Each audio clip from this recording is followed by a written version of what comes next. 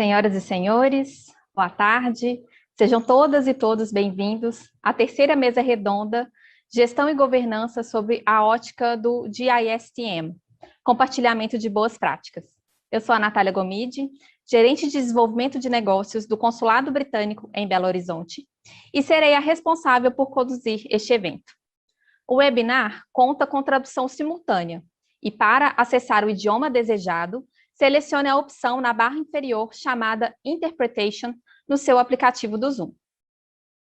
Este webinar é uma realização do governo britânico no Brasil e do Programa das Nações Unidas para o Meio Ambiente, o PNUMA, e tem por objetivo reunir grandes nomes do setor mineral, governo, academia e sociedade civil para tratar sobre um tema decisivo para o futuro da mineração e do meio ambiente, a segurança e gestão das barragens de rejeitos brasileiras, sobre a perspectiva do novo padrão global da indústria para a gestão de rejeitos, lançado em agosto de 2020. Este webinar está sendo gravado e será disponibilizado em nossos canais no YouTube em breve. Antes de começarmos a nossa mesa, gostaríamos de agradecer aos nossos parceiros, em especial aos membros do Comitê Técnico de Barragens de Mineração, CTB-MIN, da SGM, Ministério de Minas e Energia, e a todos os nossos apoiadores que participaram da organização ou divulgação deste evento. Uma governança adequada das práticas e políticas de gestão das estruturas de disposição de rejeitos é essencial para a garantia de uma melhor segurança e integridade dessas estruturas. O padrão, em sua perspectiva, traz em sua perspectiva que não se tenha mais desastre com barragens, e descreve em seu tópico 4 sobre as medidas a serem tomadas para se evitar esses acidentes. Assim, prevê o estabelecimento de políticas, sistemas e responsabilidades para barragens, designa a atuação de um engenheiro de registros e a implementação de revisões de gestão da qualidade e de riscos. Além disso, também estabelece o desenvolvimento de uma cultura organizacional, promovendo a comunicação nas empresas e o estabelecimento de um processo de denúncias. Dessa forma, o objetivo dessa mesa redonda de hoje é compreender quais são as melhores medidas a serem tomadas para a gestão e governança das estruturas de disposição de rejeitos, de acordo com o tópico 4 do novo padrão. Quais dessas práticas têm sido já adotadas aqui no Brasil, o que o Brasil pode trazer também de contribuição com este tópico e discutir de maneira a promover um diálogo de como todos os stakeholders envolvidos podem atuar em conjunto para uma melhor gestão e governança das estruturas de rejeito, de disposição de rejeito. Para tanto, o nosso webinar contará com duas partes. Na primeira parte, o professor Andrew Hopkins, professor emérito de Sociologia da Universidade Nacional da Austrália e membro do painel de especialistas do Global Tailings Review, irá apresentar a todos os princípios do tópico 4, de maneira a iniciar os trabalhos deste evento. Na sequência, teremos a mesa redonda, que contará com a participação de 5 panelistas para trazer suas visões referentes ao padrão e à realidade brasileira. Participarão desta mesa redonda o Luiz Paniago, gerente de segurança de barragens de mineração no Brasil, da Agência Nacional de Mineração, Miguel Neri, gerente executivo da Associação Brasileira das Empresas de Pesquisa Mineral e Mineração, a ABPM, Jaqueline Cavalcante, doutoranda de Direito da UniCeub, José Marques Filho, professor do Departamento de Construção Civil da Universidade Federal do Paraná, representando o sistema CREA-CONFEA, e Rodrigo Tim, assessor jurídico do Movimento dos Atingidos por Barragens. Para dar início ao nosso evento, gostaria de começar com o Dr. Andrew Hopkins, que infelizmente não pôde estar presente conosco ao vivo nessa transmissão, devido às questões de fuso horário, pois ele vive na Austrália.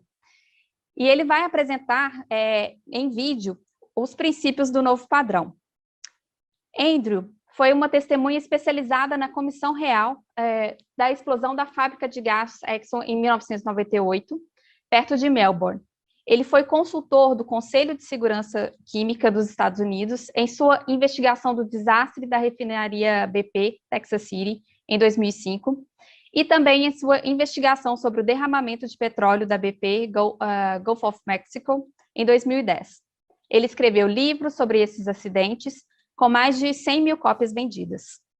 Ele esteve envolvido em várias revisões governamentais da regulamentação e regulações de saúde e segurança do trabalho, e fez trabalho de consultoria para grandes empresas na indústria de mineração, petróleo, química e elétrica, bem como para a defesa. Ele fala regularmente com o público mundial sobre as causas humanas e organizacionais de acidentes graves. Confiram agora a apresentação do professor Andrew sobre o tópico 4.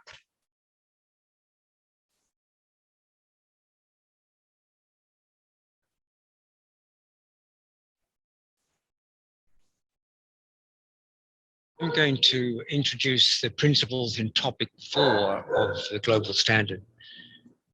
That's the topic about management and governance. Perhaps I should say who I am. My name is Andrew Hopkins, and I'm a retired professor of sociology at the Australian National University in Canberra. And I've written a great deal about major accidents in the mining industry and in the oil and gas industry, in particular about the human and organizational causes of those accidents. I was a member of the expert panel, which was convened to produce the first draft of the global standard. That means I'm not responsible. We were not responsible for the final draft. The final draft was the result of a political process amongst the three sponsors, the three co-sponsors, the ICMM, the PRI, and the UNEP. I'm sure you're familiar with those three organizations. And so I remain a little critical, I suppose, of some aspects of the standard, and I will talk about that as we go along. I also want to say that some of the requirements are particularly relevant to the Brumadinho disaster. And I want, first of all, to highlight or identify some of those aspects of the Brumadinho disaster which triggered some of the requirements in the global standard. I'm going to draw on the very excellent report by Ellen Northfleet, the retired judge of the Brazilian court. She wrote a long report, or her people wrote a long report. There is a 45-page summary in English. I'm sure there's a 45-page summary in Portuguese as well. And unlike most other reports on this accident, it focuses on the organizational aspects that I'm wanting to talk about today. So the things that she identifies, which I think are very important, first of all, are the organizational structure of Vale. Vale had 4 business units, the iron ore, basic metals, fertilizers, and logistics. And these she described as silos, in the sense that they were isolated from each other, and they operated in isolation, relative isolation from the corporate center, which means that the corporate center really had no influence or no control over these business units with respect to catastrophic risk and such as tailings dam failure. So this was one of the factors which the Northfleet report identifies as contributing to that accident. The second one was a system of incentives which operated at Brumadinho in Vale. People were rewarded for production and profit, and even the engineers who were responsible for the integrity of the dams, they were not rewarded for the integrity of the dams, they were rewarded for production and profit. So that sets up an immediate conflict of interest for them, that their job is safety, but they are rewarded for production. That's an unsatisfactory situation, and the Northfleet report points to that as a contributing factor.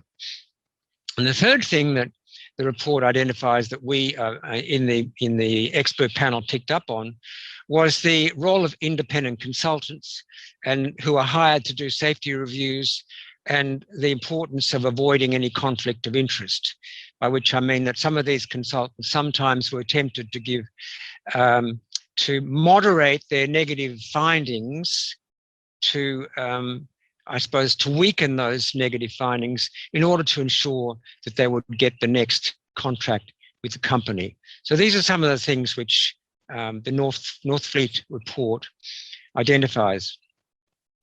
Now, Principle 8 in the topic 4 that we're dealing with today, Principle 8, in some respects is the most important principle because it deals directly with those matters. And the central requirement in Principle 8 is the appointment of what's called an accountable executive, someone at the top, towards the top of the corporation, who is accountable to the CEO for tailings dam safety. Also accountable to the board of the company, and is required to have regular communication with the board of the company, so that if need be, the accountable executive could, in theory, bypass the CEO and talk directly to the board about matters of concern. So that's a very important idea, and I think that it's important for it to work properly. That accountable executive needs to sit outside of the business units. They should not be a part of a business unit where there would be a potential to corrupt their judgment. Now that principle, that requirement, I guess, was strongly resisted by industry. And so I'm delighted that it is part of the standard, and it remains to be seen how it will work. Principle 8 also requires that there be a responsible tailings facility engineer. This is someone who works with the tailings facility and is accountable for the integrity of that particular facility. And that tailings facility engineer must have regular contact with the accountable executive. That means they can bypass the senior management of the silo and go straight to the accountable executive if they have concerns. So that's a very important part of the organizational redesign, if you like, which the standard is trying to encourage. The reason for this is that people at lower levels of organizations often have concerns, and those concerns are filtered out as that information passes up the hierarchy, and those concerns seldom reach the people at the top. What we have tried to do is set in place a mechanism to ensure that those concerns reach the people at the top. There are also requirements about incentives, that for anyone who has responsibility for tailings facility integrity, their incentive payments should be based, at least in part, on how well they carry out that job, how well they ensure the safety, the integrity of tailings facilities. Again, that requirement was strongly resisted by industry, which argued that the standard really shouldn't be talking about these matters because they are internal matters for the company. But nevertheless, those requirements are there in the standard, and we have yet to see how they'll work out. So Principle 8 really is the background to all the other principles in the topic 4. I'll mention a few of the other ones. Principle 10 talks about levels of review. One I shall mention is dam safety review. This was very controversial in the Brumadinho case. And what we have decided, what we've recommended, what's in the standard, is that where a dam failure could kill 10 or more people, if the dam should fail, that's if the dam fails, there could be 10 or more people killed, then there must be a dam safety review every 5 years. And that should include not only technical aspects of the dam safety, but the operational aspects and governance aspects. If that is done properly, that will be a very significant advance. But here's the main point. In the requirement, the contractor cannot conduct consecutive reviews on the same tailings facility. They can't conduct 2 reviews in a row on the same facility, and that's to avoid them having any interest in the first review in simply telling the company what it wants to hear in order to ensure that it gets the contract for the second review. To avoid that problem, they may not do 2 reviews in a row. Another very important aspect of that requirement is that the contractor shall certify in writing that they follow the best practice for engineers in avoiding conflict of interest. That's vague, perhaps, possibly weak, but we must look and see how that works out in practice. Another important requirement in this section is requirement 10.7. Now, this is really one of the most important requirements in the standard. It's about the need for financial assurance that the company has the financial resources to properly close the facility and reclaim the land when it is no longer in use. And too often companies can't afford to do this and they may go bankrupt. And so the requirement is that they periodically confirm that adequate financial resources are available. Now that statement is rather weaker than some of us wanted. We wanted companies to post a bond, to be required to post a bond with some third party to guarantee that they had the funds. And this was strongly resisted by industry, but I personally think it's a vital requirement. And I think it's important here that state governments step in, recognize this issue, and impose requirements on companies that they post a bond of some sort to guarantee the completion of the dam. Let's see, principle 11 is about learning and reporting. This is really interesting. It's based upon the idea that before every major accident, there were always warning signs, information that was not reported, which if it had been reported up the line and people had acted on it, would have prevented that accident from occurring. So these provisions are about encouraging that kind of bad news and moving it up the hierarchy. So there are requirements to establish mechanisms to ensure that bad news is recognized, is rewarded, and is celebrated. And finally, there are, in Principle 12, there are whistleblower protection provisions. Now, I could say a lot more, but I haven't got time. And if you want to know more, I suggest, let me recommend to you this book, which I wrote with a co-author, Credibility Crisis, the Brumadinho and the Politics of Mining Industry Reform. It's about the construction of this standard. It's available on the web, and I have asked the organizers of this roundtable to provide you with that information as to where you can get this book on the web. So thank you very much for your attention and good luck with your deliberations.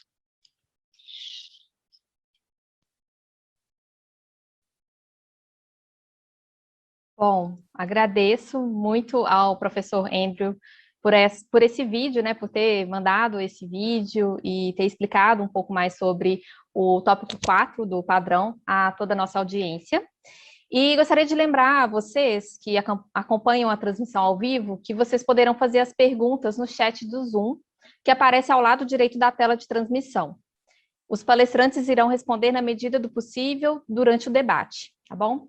E perguntas enviadas no chat que não foram respondidas serão repassadas aos palestrantes após o evento e postadas no site com as devidas respostas. Neste momento, eu gostaria de convidar o Thiago Matos, advogado sócio do William Freire Advogados e presidente do Instituto Brasileiro de Direito Minerário, para a condução da mesa redonda. O Thiago de Matos é advogado formado pela UFMG, LLM pelo prestigiado Center for Energy, Petroleum and Mineral Law and Policy da Universidade de Dundee, na Escócia, e mestre em sustentabilidade socioeconômica e ambiental pela Universidade Federal de Ouro Preto. Presidente do Instituto Brasileiro de Direito Minerário, É coordenador e professor da pós-graduação em Direito da Mineração do CEDIM e BDM e professor da disciplina de Contratos Minerários do curso de pós-graduação em Contratos da mesma instituição. Tiago, primeiramente, muito obrigada por ter aceitado esse convite para moderar a nossa mesa e pode seguir com os trabalhos.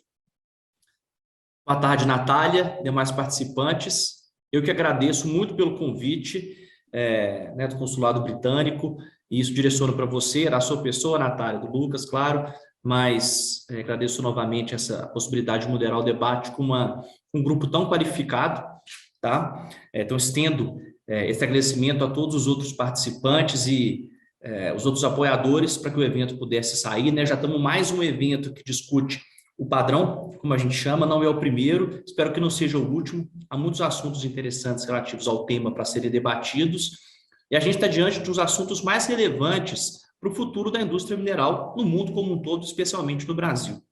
A gente está vivenciando aqui, o objetivo desse debate é dar ainda mais tração à movimentação da própria indústria para buscar um novo padrão, como o próprio nome diz, de governança, de ação, de medidas para que a gente possa elevar esse nível de respeitabilidade, de credibilidade, para que a gente possa continuar nesse caminho de uma mineração do futuro, né? Mais sustentável, com menos resistência e principalmente mais segura.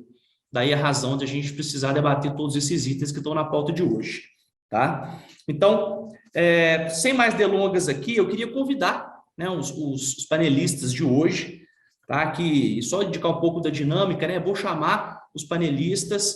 A nossa ideia aqui rapidamente depois pedir para que eles façam uma breve introdução e já iremos para algumas perguntas, para alguns temas de debate. A ideia é que não façamos uma apresentação formal, né? Cada panelista fazer uma apresentação formal. Vamos, na verdade, privilegiar o debate, né? E acho que exatamente o que todo o público também está buscando. Então, vamos lá. Vamos começar primeiro.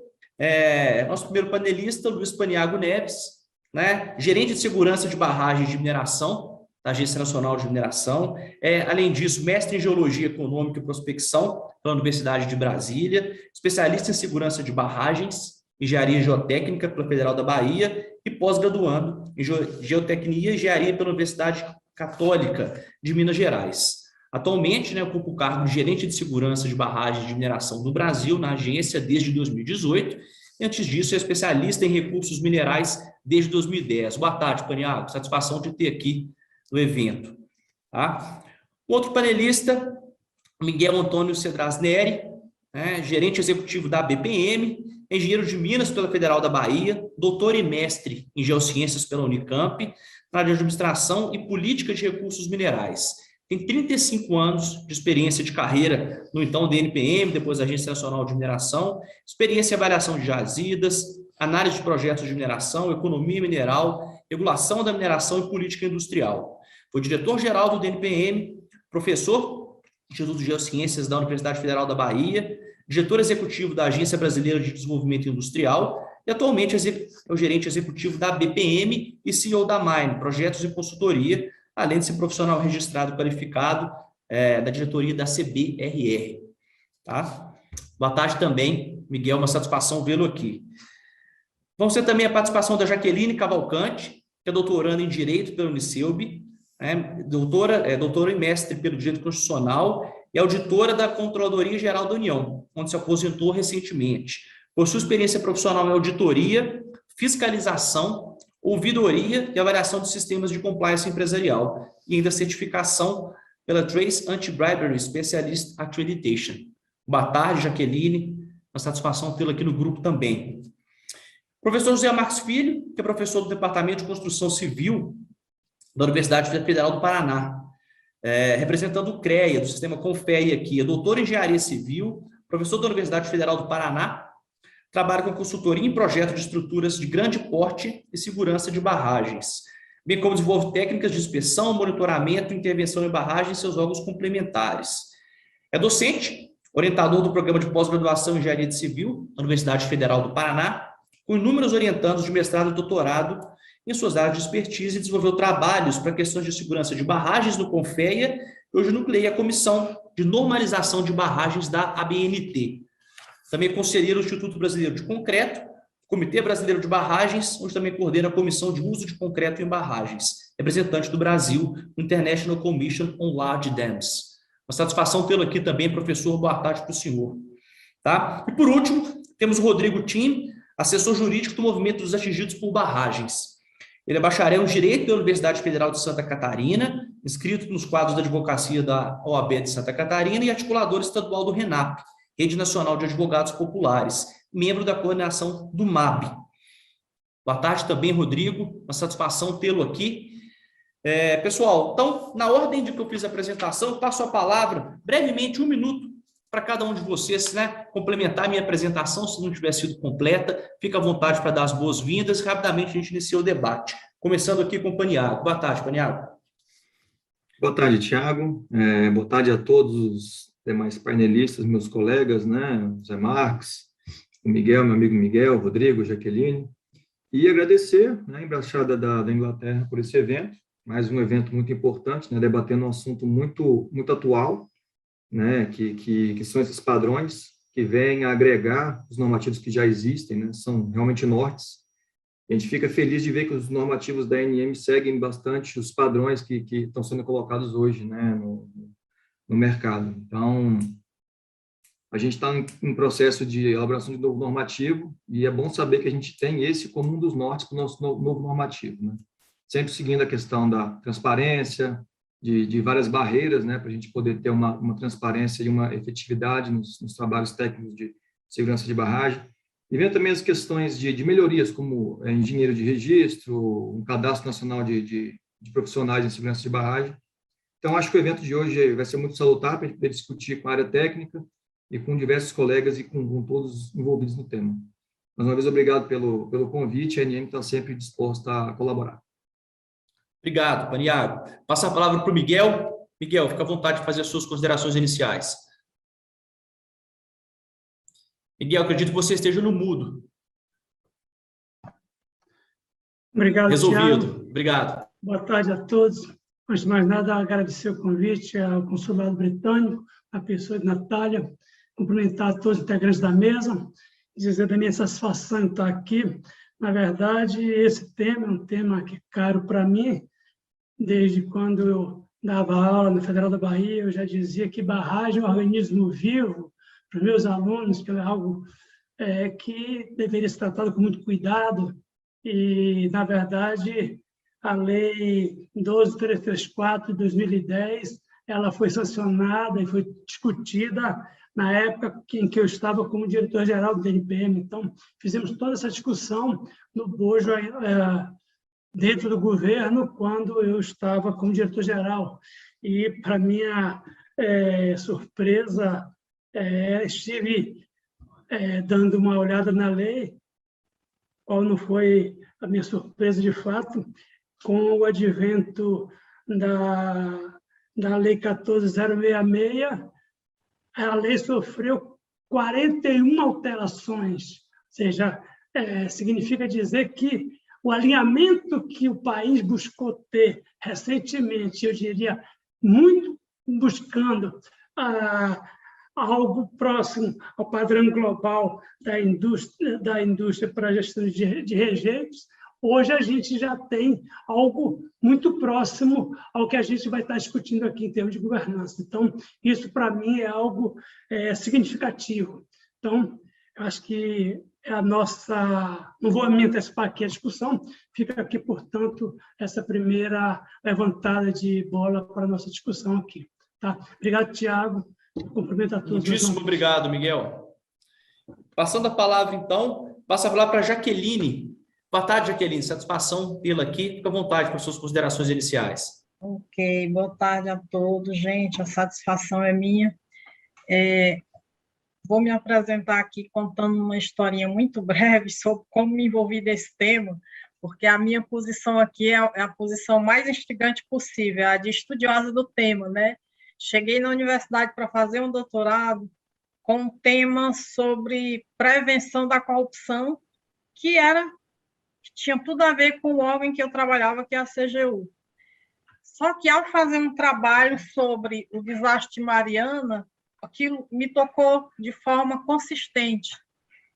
Então, eu mudei e o meu novo tema passou a ser as barragens de rejeitos de mineração, que no mês passado fiz a defesa final dessa minha tese com o título Barragens de rejeito de mineração, governança dos riscos para a prevenção de danos socioambientais.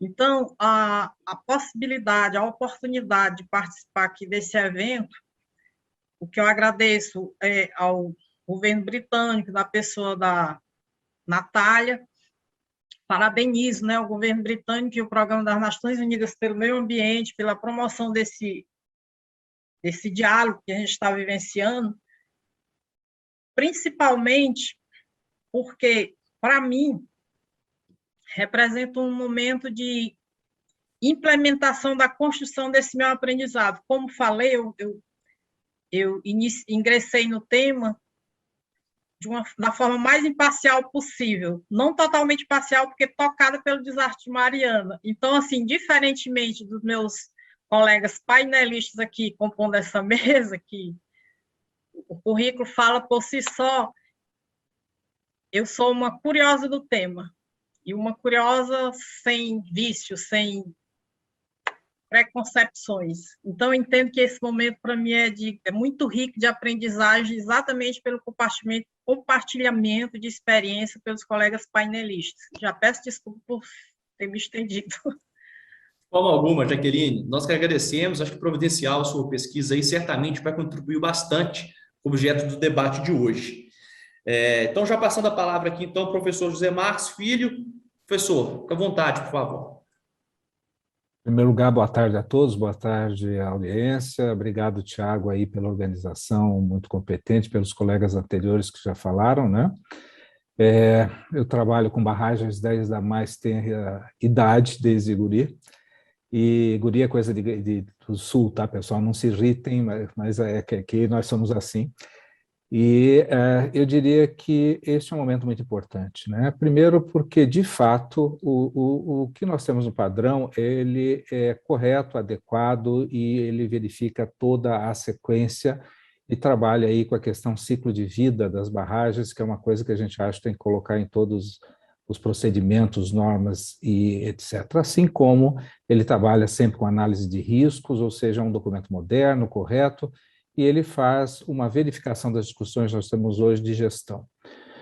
Hoje eu represento aqui o sistema Confia, o que fica esquisito para o professor, mas eu vou explicar, pelo atual presidente, que era presidente antigo, Joel Kruger, e o seu assessor Luiz Antônio Rossafa, foi criado o grupo de trabalho de barragens, que durante 2 anos se preocupou com isso, verificando como que seria a aderência do processo do sistema Confia-CRES nessa questão, mostrando aí desde o início a sua preocupação. Então, foi muito interessante e importante. Eu gostaria de mencionar alguns nomes, como André Luiz Schuring, o nosso querido René Guimarães Azevedo também, o Ricardo Barbosa, Abdel Rash, e uma pessoa muito importante aí do meio, que é o João Augusto Hilário, e discutimos essas questões e vamos colocar alguns pontos de vista e nós vamos ver que são totalmente aderentes ao que está aí no padrão. Agradeço a todos, estou honrado por estar no meio de pessoas que sabem mais que eu, portanto, vou aprender alguma coisa hoje. Muito obrigado. Nós que agradecemos, professor. Obrigado pelas palavras iniciais aí, uma satisfação contar com a sua expertise para o tema. E fechando aqui o nosso painel, o Rodrigo Tim. Rodrigo? Uma satisfação tê-lo também. Por favor, faça aí as suas considerações. Boa tarde, Tiago. Boa tarde, demais da mesa. Também saúdo a Natália, que deu início aos trabalhos de hoje, cumprimentando o consulado britânico e o governo britânico por essa importante iniciativa de trabalhar o padrão global de gestão de resíduos da mineração.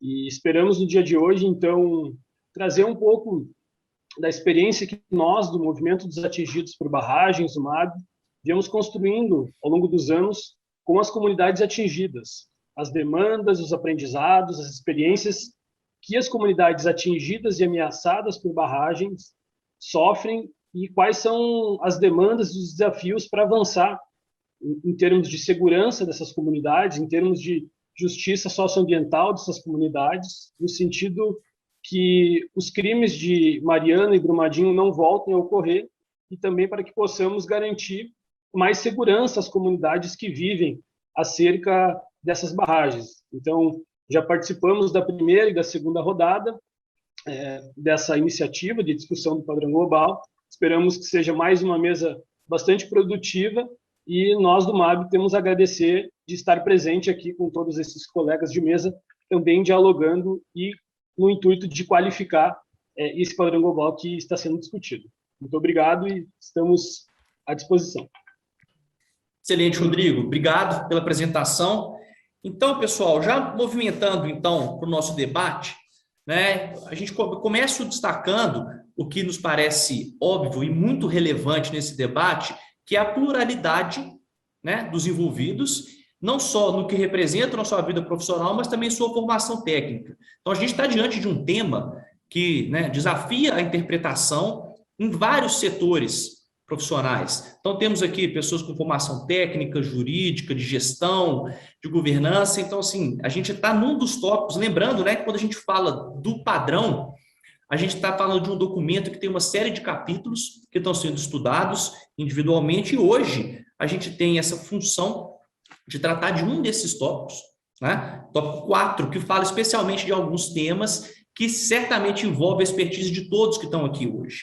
Eu já queria começar fazendo uma boa provocação, começando com um tema, já trazendo o Paniagua aqui para a mesa, né, que é o seguinte, Paniagua, nós estamos vendo aqui um timing interessante, que até puxando um pouco do que foi trazido pelo Miguel, né, a gente tem a lei que modifica recentemente a Política Nacional de Segurança de Barragens, traz uma série de mudanças relevantes, e o papel da Agência Nacional de Mineração de dar concretude a alguma dessas mudanças, né? A gente fala no direito que é regulamentar esses dispositivos, que é algo que está ocorrendo, né? Está na pauta do dia da agência, e ao mesmo tempo estamos vendo o padrão sendo estudado pela indústria mineral. Então a gente vê pontos, vamos dizer assim, uma simbiose aqui, dois vetores, né, Paniagua? Coisas que de fato a agência já vinha praticando, que estão vistos no padrão, e ao contrário, coisas que o padrão também indica que devem estar vindo aqui, entrando nessa possível regulamentação.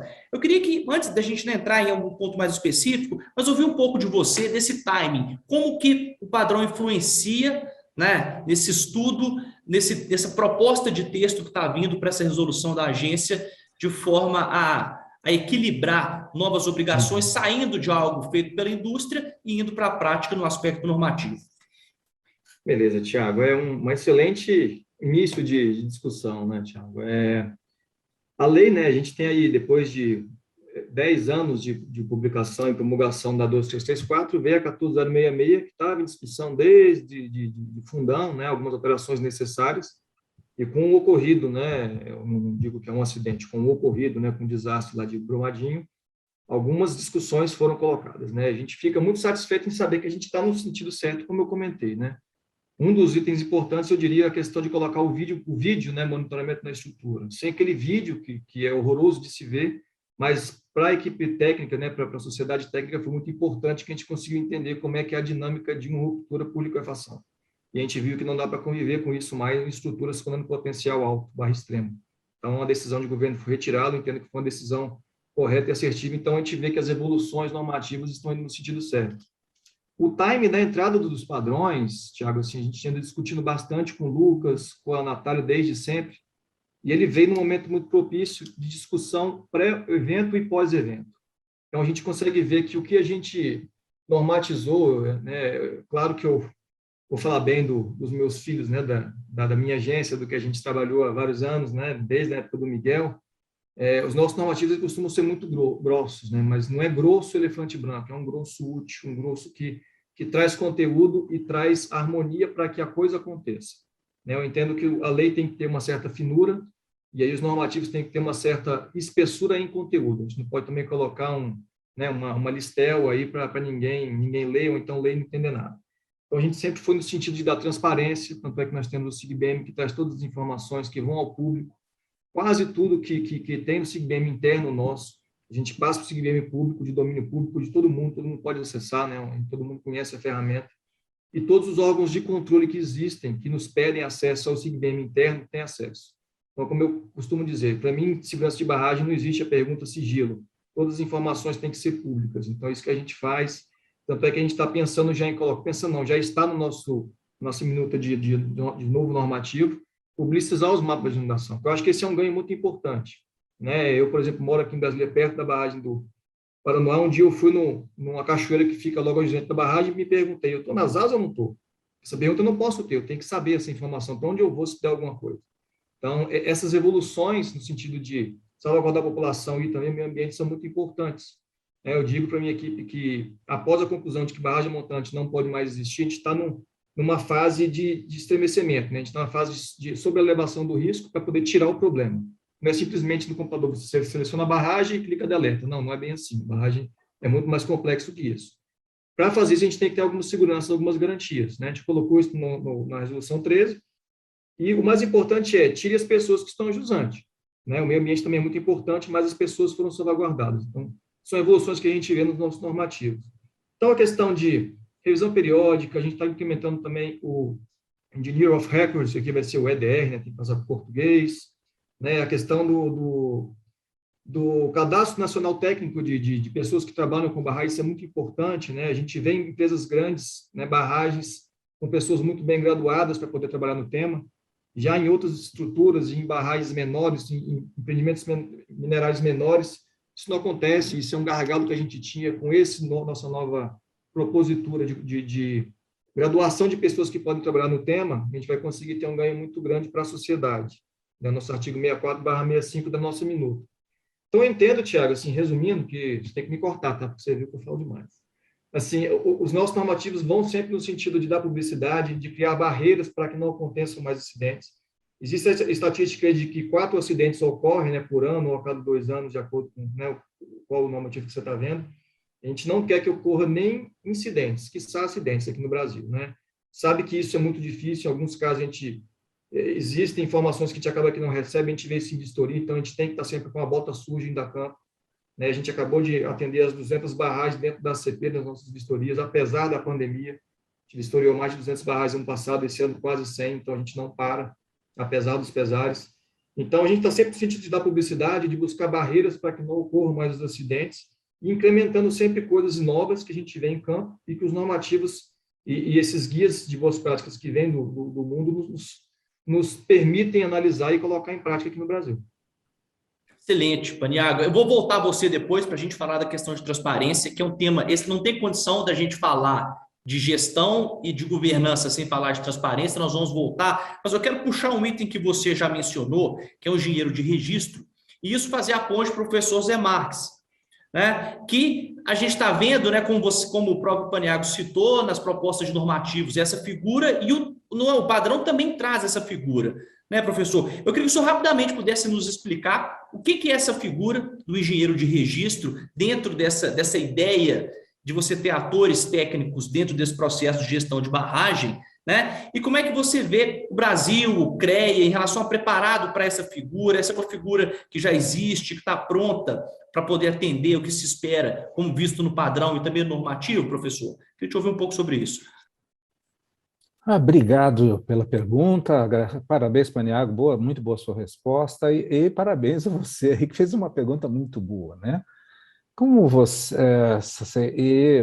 estou adorando esse evento aí que o Consulado Britânico nos propôs, mas a gente tem que fazer uma maneira de entender o passado para a gente ver o que está acontecendo hoje, né? O sistema CREA-CONF é uma lei relativamente antiga no Brasil e ele tem uma qualidade muito interessante, né? Ele permite que a gente faça rastreabilidade de responsabilidades.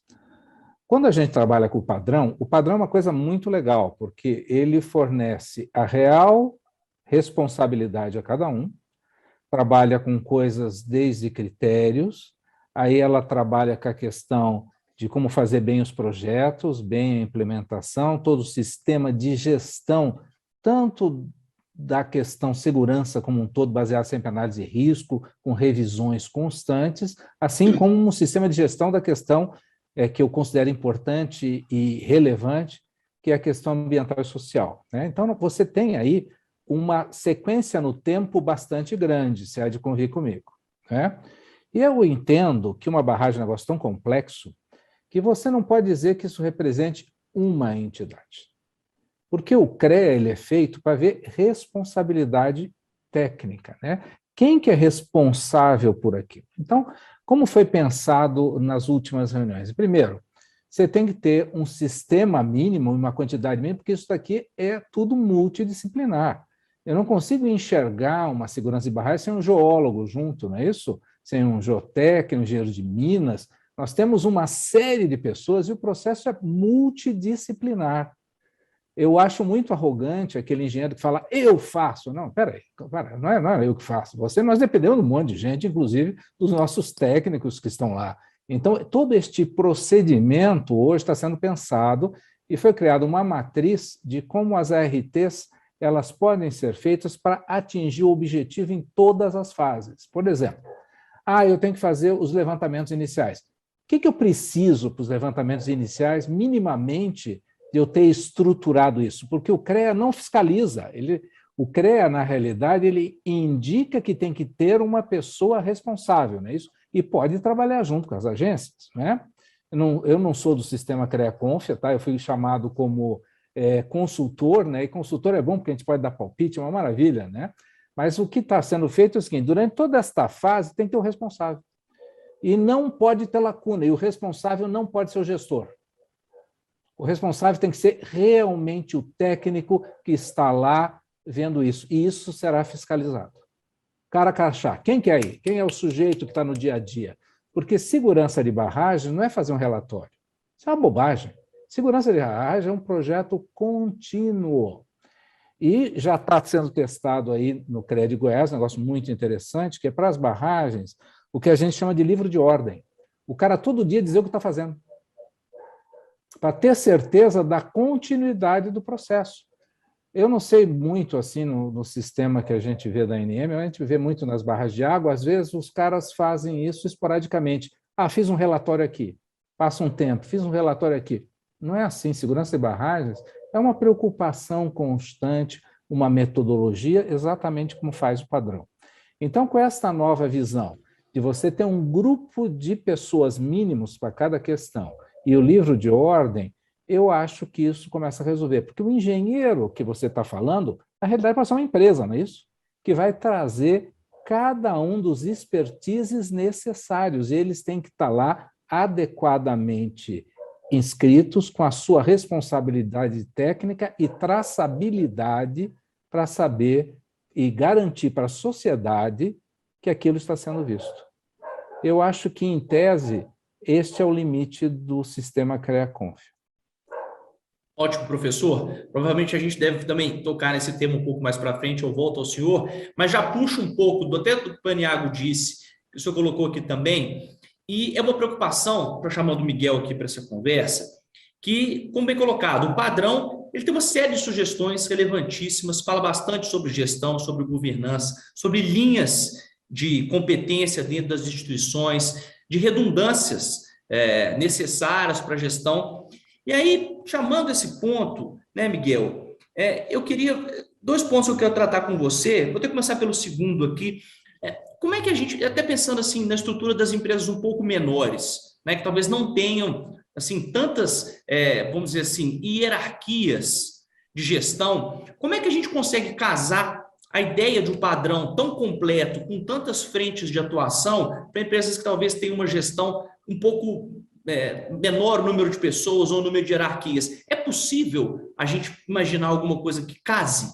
Ou seja, uma resposta que esse padrão caiba também em empresas que não são tão grandes, tão estruturadas? Como é que a visão você tem sobre esse item? Bem, Tiago, eu acho que esse é um grande desafio, né?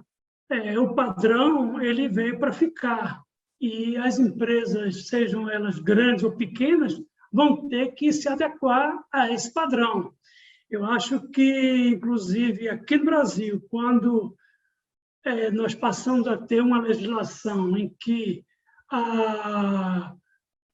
os rigores que estão nela estabelecidos, e agora, peço licença, meu amigo Paniagua, amanhã vence o prazo para recebimento das contribuições.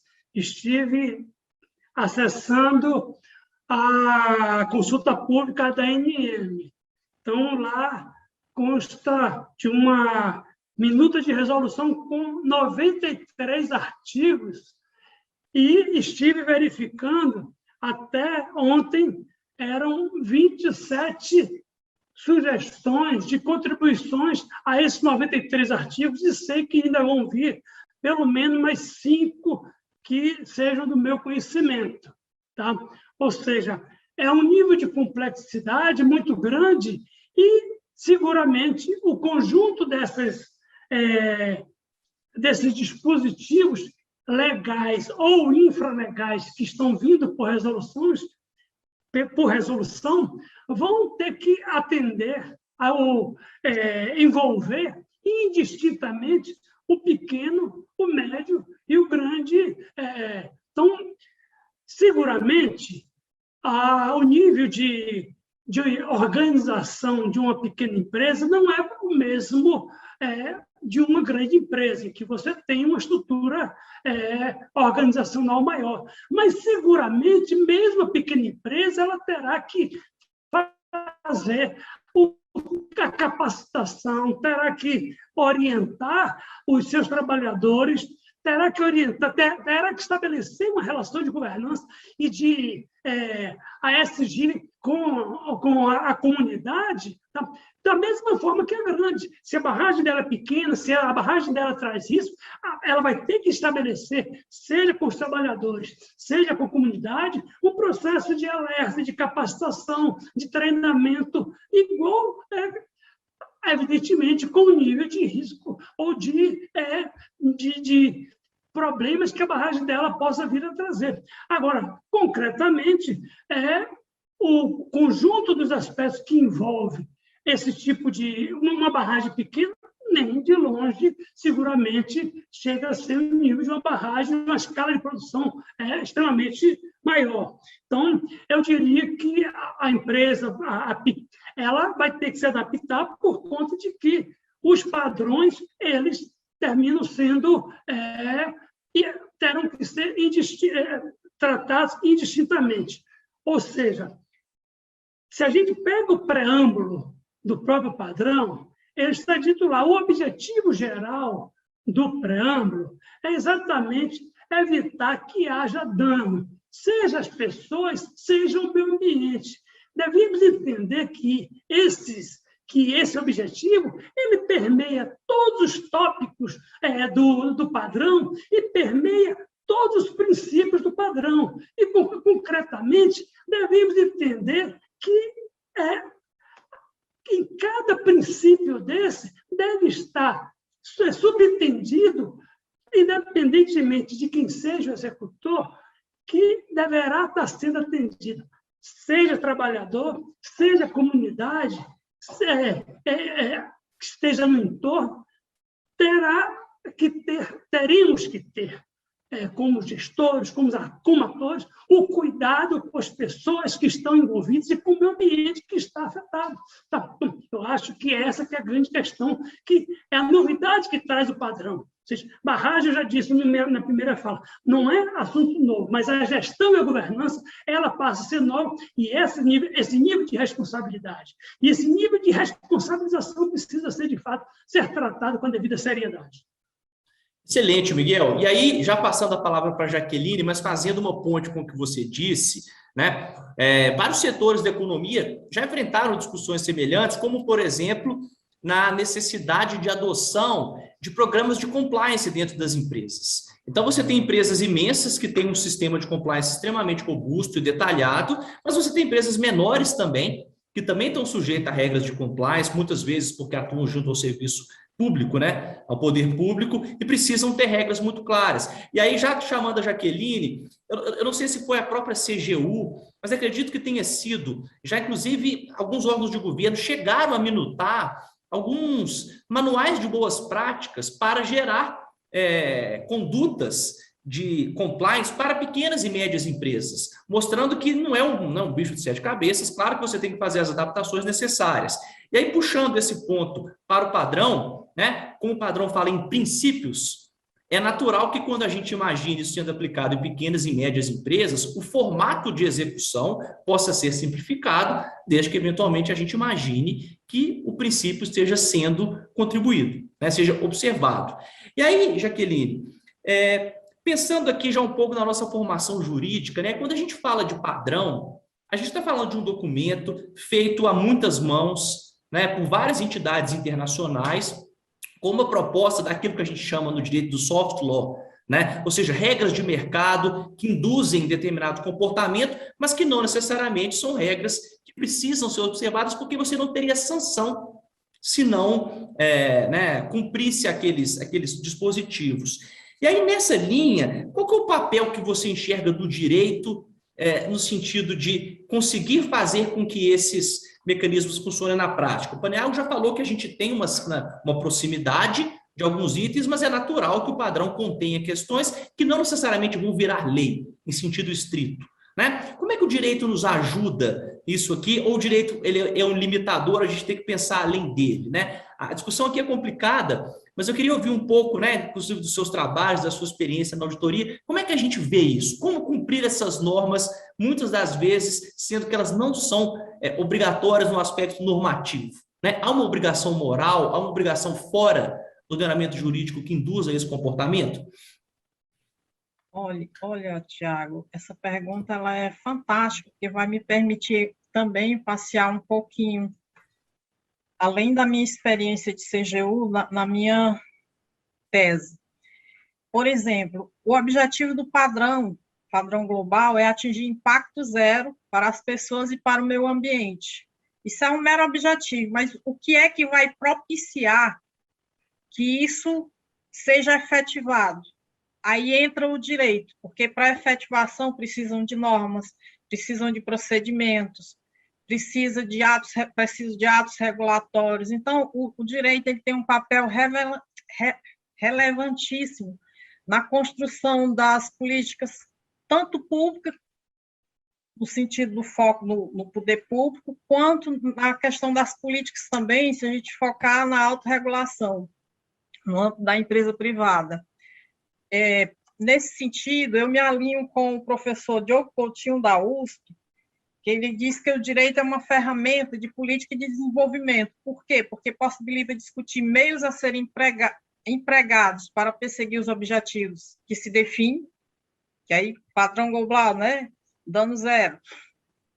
E também a análise das formas de indução de comportamentos e até o alinhamento de incentivo. E aí vai bem, casa bem com a sua introdução, que falou em sanção.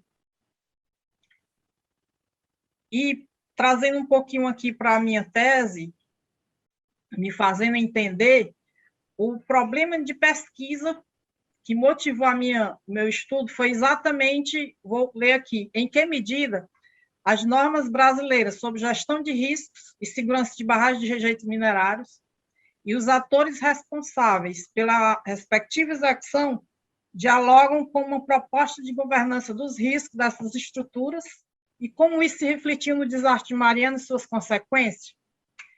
E aí, me fazendo entender, trago aqui alguns pequenos exemplos, que a ideia não é discutir o exemplo em si, é me fazer entender qual é a importância do direito. Por exemplo, a portaria da NPM 526 de 2013, que era vigente ao tempo do desastre de Mariana, ela trazia regulamentação relacionada ao PAI das barragens minerárias, o Plano de Ação de Emergência. E ela também previa que o não cumprimento das obrigações nela previsto, mediante a apresentação de informações inverídicas, sujeitava a penalidades do artigo de um decreto, aí remete a um decreto de 68 e uma lei de 89. Esses dois instrumentos, o único que prevê um valor específico é o decreto 62934/68. Como estudiosa, fiz um cálculo tomando por base 2020, já que o decreto é atrelado, indexado ao salário mínimo. Quando fiz um cálculo para 2020, cheguei ao valor de R$10.390. Aí aquela capacidade de sanção se perdeu. porque o valor é muito ínfimo para o que se propõe.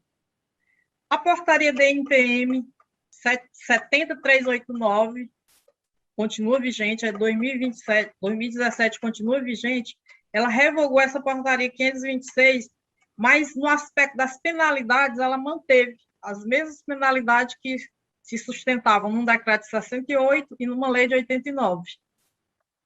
Então, permanece o problema. Um outro exemplo que eu trago é em relação à Lei da Política Nacional de Segurança de Barragem, a Lei 12.334 de 2010. Na versão vigente até setembro de 2020, porque ela foi muito alterada pela Lei 1466, né? Ela trazia expresso no seu texto as sanções previstas pelo respectivo descumprimento. Ela se limitava a prever o descumprimento dos seus dispositivos, sujeitaria os infratores às penalidades estabelecidas na legislação vigente. O decreto 9.406 de 2018, que regulamenta o Código de Mineração, prevê num de seus artigos que o titular da concessão fica obrigado, sobre as penas da lei, a observar o disposto na Política Nacional de Segurança de Barragens.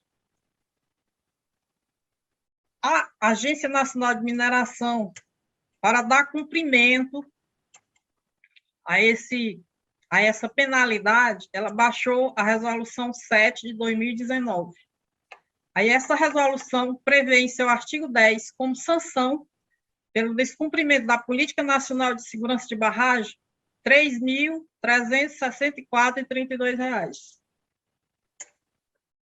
Aí isso chama a atenção exatamente que aquele objetivo de cumprimento de incentivo ao cumprimento da lei, da Política Nacional de Segurança de Barragem, ela não funciona, colocada nesses termos. Um outro exemplo, um terceiro exemplo que eu trago aqui para me fazer entender, não para debater o exemplo em si, é que a Política Nacional de Segurança de Barragem, no seu artigo 8º, ela previa dentro do conteúdo mínimo a constar no Plano de Segurança de Barragem que a indicação da área do entorno das instalações e seus respectivos acessos fossem resguardados de usos e ocupações permanentes, salvo aquelas indispensáveis à manutenção e operação das barragens. Veio o rompimento da barragem de Brumadinho e as notícias que diz que cerca de 200 pessoas poderiam estar em um restaurante da empresa que estava no caminho da lama. E aí isso evoca alguns questionamentos exatamente à luz do direito. Faltou norma definindo as características das ocupações permanentes. Essas áreas administrativas da empresa, informadas no Plano de Segurança de Barragem, foi considerada indispensáveis pelo DNPM. As fiscalizações do DNPM ou, mais recentemente, da Agência Nacional de Mineração não identificaram a existência dessas ocupações permanentes. Então, feita uma análise à luz do direito, quanto às formas de indução a comportamentos e alinhamento de incentivo, permite-nos concluir que o teor dessas normas que eu exemplifiquei, não são só essas, no tocante a esse aspecto, elas requerem um alinhamento para tornar viável o padrão global. Assim como o teor de uma lei, ela pode não ser suficiente para tornar exequível, da mesma forma é o padrão. São meras diretrizes que precisam de todo um aparato, de toda uma assistência do direito, para, mediante a construção desses normativos, dessas políticas, tornar viável o atingimento do objetivo do padrão. Excelente, Jaqueline. Eu acho que esse é um ponto importante e certamente a gente está vendo aí, né, não só nos reflexos normativos para que o direito exerça, né, a sua possibilidade de exigir conduta e de pôr sanção quando ela não é feita, mas também outros mecanismos, às vezes até de mercado, né, de que nem quem não adere a determinados padrões fica fora de um grupo que tem acesso a determinadas situações, como, por exemplo, financiamento. Esse é um ponto que a gente vai acabar tocando indiretamente aí ao longo da nossa conversa. Mas eu queria mudar um pouquinho de tema agora, um tema que vai orientar muito do que a gente vai falar. Vou começar com o Rodrigo agora, isso certamente vai cair numa nova rodada lá no Paniagua, que é o seguinte, a gente está falando aqui de um item do padrão que traz principalmente questão de governança e certamente trabalhar a informação, né, dentro de um cenário de governança é necessariamente trabalhar a transparência. Né? Muito já foi falado nas falas de todos vocês aqui, ainda que indiretamente, sobre a necessidade de alinhamento das partes terem informações. Miguel falou um pouco da relação da empresa com seus trabalhadores e com a comunidade. Né? Paniagua deu um grande exemplo ali de estar lá numa cachoeira, não sabendo se está numa zona específica lá, não sei se numa área específica da mancha de inundação ou fora. Então, a gente cai num tema, Rodrigo, importante, que é o tema da transparência. Né? Que, de certa forma, a gente fala também na parte de governança, os dados que precisam ser tomados, as informações que precisam ser transparentes e como as pessoas, os trabalhadores ou a própria sociedade pode ter canais para conseguir relatar situações e se sentir segura dentro desse processo, para que, de fato, algo que não esteja sendo visto pela empresa, pelos gestores de segurança, possa ser comunicado por alguém e esse alguém se sinta confortável e seguro para fazer essas comunicações. Como é que você vê isso em relação ao padrão? Você acha que as propostas, de fato, estão alinhadas com o que a comunidade precisa para literalmente conhecer os fatos e, em razão dos fatos, poder pleitear e comunicar denúncias nos órgãos adequados, inclusive dentro da própria empresa? Como é que é a sua visão sobre isso? Obrigado, Tiago.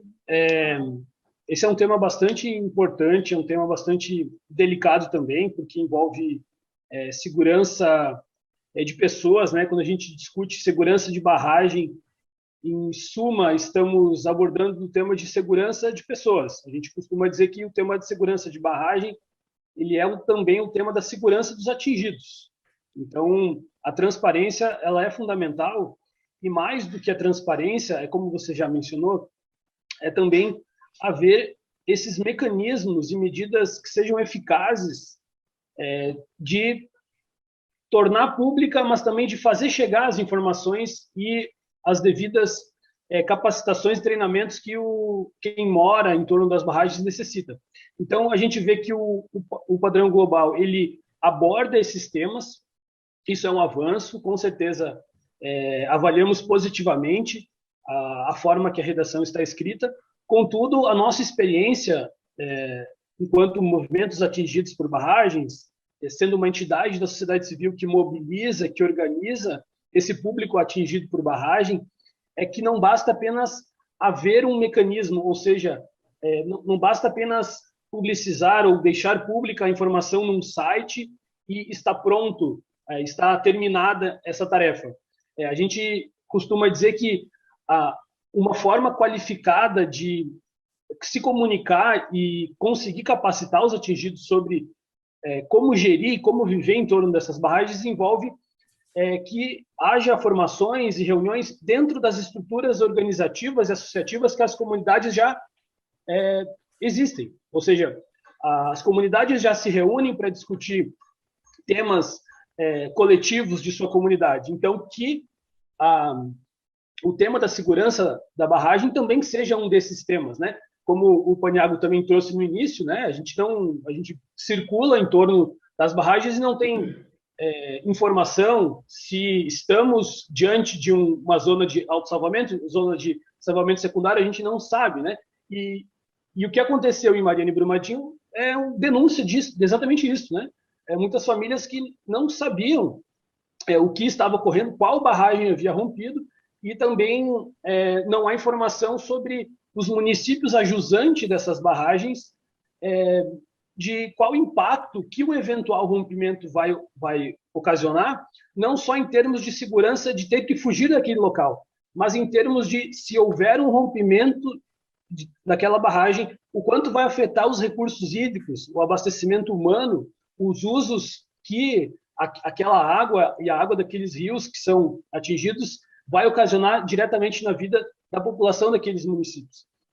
Então, as formas de denúncia passam por ter a população capacitada, e para isso é necessário, é fundamental que haja mais do que propriamente estar na lei, claro que estar na lei é positivo, a gente não questiona e nem critica isso, mas que a forma exata de como fazer isso tenha uma governança compartilhada entre os órgãos fiscalizadores e licenciadores, e que esses mecanismos não sejam apenas protocolares para regularizar os empreendimentos, mas que sejam mecanismos e medidas que consigam, primeiro, trazer segurança aos atingidos, porque comumente, né, quando a gente fala de segurança de barragem, parece ser um assunto somente de engenheiros, somente de técnicos sobre a estrutura que existe lá no canteiro de obras ou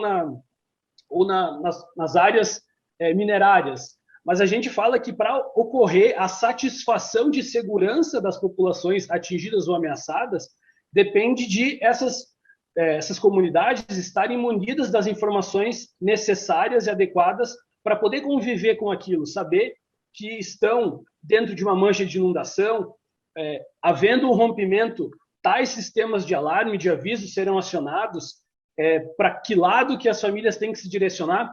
A gente viu, depois de Brumadinho, uma série de outros empreendimentos que foram, de alguma forma, não rompendo, mas trazendo à tona esse tema da insegurança dos atingidos, que foi Itatiaia-Sul, Nova Lima, outros empreendimentos na região metropolitana de Belo Horizonte que os sistemas de alarme foram acionados durante a madrugada e as comunidades atingidas estavam fugindo em lados opostos. Eles se encontravam no meio da estrada, cada um indo para um lado e perguntando para onde a gente vai.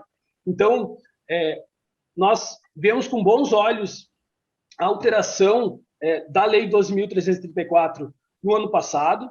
A gente avalia positivamente os mecanismos postos pela Lei 14.066, a gente avalia muito positivamente. Contudo, o apontamento que a gente precisa fazer é de que ainda há um caminho, ainda há um desafio enorme da população, da sociedade civil, dos órgãos de Estado, dos órgãos licenciadores e da administração pública em geral, de conseguir efetivar esses mecanismos de informação e capacitação. Então, o próprio sistema de denúncia, a gente sabe que ele sofre uma influência em alguns municípios, em algumas regiões, pela própria pressão econômica e política que esses empreendimentos eles exercem nas localidades.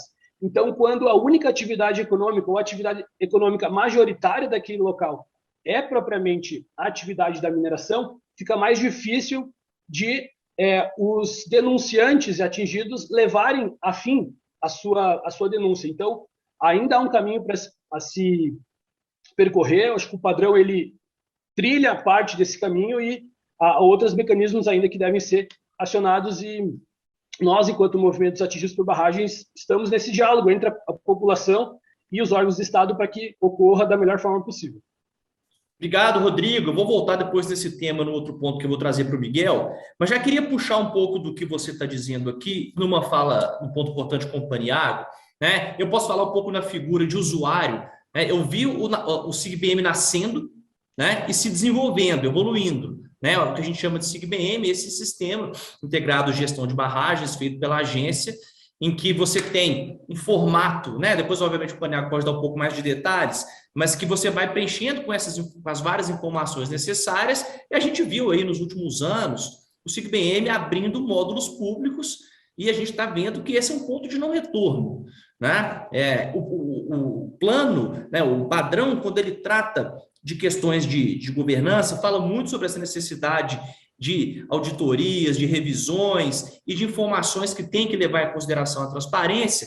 Então, como é que você, né, Paniagua, como é que você vê os próximos caminhos que a agência pode vir a tomar no sentido de, vamos dizer assim, socialização dessa informação, também influenciada por uma ideia do padrão, de que essa informação que vai qualificar as pessoas e, de certa forma, exigir o cumprimento das normas ou ter ciência de mais fatos para reduzir os riscos, né? Há uma expectativa de que a gente tenha, de fato, quando a gente chama de SIGBM, eu estou falando, né? A própria norma falou do Cadastro Nacional de Segurança de Barragens. Como é que você vislumbra isso na prática, né? O que se espera, o que podemos esperar desses cadastros no sentido da qualidade da informação que vai estar ali e de realmente ela vai orientar esses grupos a poderem tomar decisões melhores. Esse é o caminho?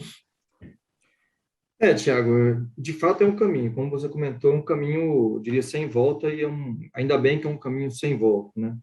Mas, se me permitir, Tiago, assim, eu queria voltar um pouco na discussão que a Jaqueline comentou e também que o meu amigo Rodrigo também falou, antes de entrar nesse ponto, é a gente poder entender em que passo que a gente está e como é que a gente consegue avançar, né Tiago? Assim, a Jaqueline assim, foi muito assertiva no comentário em relação às sanções, né? Isso nos incomodava desde sempre. O Miguel é prova viva, né? A gente é fixado em normativos muito antigos.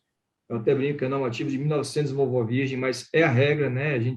Vamos rememorar que na época que foi transformado em agência e tinha uma outra MP que tentava mudar esses normativos, né, Miguel? E, infelizmente, ela caducou. 2 prosperaram e uma caducou, foi justamente essa. Então, a gente, lembrando, né, nós, como agentes públicos, temos nosso limitante legal, né, que é a lei, a gente não pode ultrapassar ela. E existia esse limitante legal que a gente tentou perpassar em 2018, né, Miguel? Não conseguimos porque a MP caducou. Então, esse valor de 3.300, eu já tive alguns vistorias em que eu dei mais de 100 multas. Imagina a dor de cabeça para você fazer 100 autos de infração de R$3.300, né? Para a gente poder mudar esse panorama, a gente sabe que a gente consegue mexer com algumas empresas realmente no bolso, empresas grandes, né? Vamos usar o exemplo da Vale, que é onde teve o stand do Brumadinho. R$3.300 é nada, não é nenhuma costinha. Então, essa mudança veio agora, né? Em 2020, com a possibilidade de colocarmos multas que realmente incomodam, né? E a agência, vamos voltar então para ver o panorama da agência, nós somos apenas 16 pessoas trabalhando com barragens, são 883 barragens hoje, né? A gente tenta fazer o máximo, a gente sabe que nunca vai se ter a quantidade ideal de servidores para a quantidade de barragem em nenhum lugar, nem privado, nem estatal. Mas a gente usa sistemas computacionais que nos ajudam muito, como o SIGBM, né? O Rodrigo bem comentou e o Thiago também me comentou. Então, a gente tinha a possibilidade de aguardar que viesse um decreto presidencial ou algo ministerial que normatizasse esses valores das novas multas, que chegam até 1 bilhão. Mas a gente, se vocês pegarem, acho que todos aqui da reunião, né, que estão participando do evento, devem ter visto a nossa minuta, a gente já colocou a nossa proposta de novos valores. A gente não pode esperar uma coisa. A gente sabe que a gente regulamentando esses valores, depois vier um decreto presidencial ou ministerial, a nossa perde valor, mas enquanto isso não acontece, a gente não gosta de esperar que isso aconteça. Já estamos com a faca e o queijo na mão, então vamos cortar esse queijo e comer o queijo. Então, a gente sempre tentou, Jaqueline e demais aqui presentes, melhorar essa questão, né, da sanção. A gente tinha os limitantes legais, agora a gente consegue avançar, e eu acho que a gente vai conseguir avançar com esse nosso normativo. Em relação ao Rodrigo, assim, para deixar uma coisa assim, um pouco mais transparente, Rodrigo, eu entendo que o site, ele, por si só, não resolve, concordo com você, tanto é que eu comentei a questão do mapa de inundação. Mas se você for pensar, Rodrigo, o nosso nicho é um nicho pequeno, vai de mineração, existem muitas outras. Já comeu uma fruta? Então pode ir lá, tá vendo? Esse é o meu mapa de inundação, chegando aqui. Então, a gente tem que dar alguns passos à frente, sabe, Rodrigo? A resolução 51... Uma coisa que me incomodou, se você pegar alguns eventos que eu participei antes da 7389, uma das coisas que mais falava, o que mais me incomoda é eu não poder regulamentar um simulado, porque eu sei que o que salva pessoas é um simulado, um treinamento na hora do, desculpa a palavra, pega para capar para onde eu vou, para não ter esse bate-bate de cabeça. Criamos a resolução 51/56, que criou uma forma de padronizar e dar um pouco mais de dinamismo nessa forma de não ter só um documento que é efetivo, né? Por isso que ele chama desse, declaração de conformidade. Quer dizer que o PAE está de acordo com a legislação, e operacionalidade. Não quero saber se o papel está bonito, quero saber se o papel transforma o papel em suor. Deu problema, eu vou conseguir sair para o lugar certo, não vou ficar batendo cabeça, igual vocês comentaram, que eu sei que já aconteceu. Isso não é para acontecer. Então, é só com treinamento, simulado, table desktop, tudo tem que estar muito sincronizado e seguindo os padrões. E sempre que a gente pode, a gente participa desses simulados.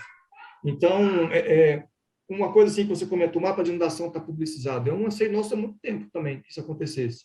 Mas a lei também nos dava esse limitante, né? A obrigação era só que tivesse com as prefeituras, defesas civis englobadas. E a gente está, eu até comento com a minha equipe, eu tenho algumas restrições internas, inclusive. A gente está pulando o cordinho, colocando esse item na nossa portaria. A gente vai pegar o mapa de inundação e publicizar. E a responsabilidade desse mapa estar correto ou não é do empreendedor. Mas a gente sabe que se a barragem romper e não tiver aderente, a gente também vai ser questionado por que a gente publicizou isso. né? A lei nos submete ao SNISB, que vai ao SNISB, a gente está colocando no SIGBM. Então, a gente sempre tenta dar passos largos, mas não passos que nos façam cair nessa caminhada. A gente lembra que a gente tem os limitantes legais.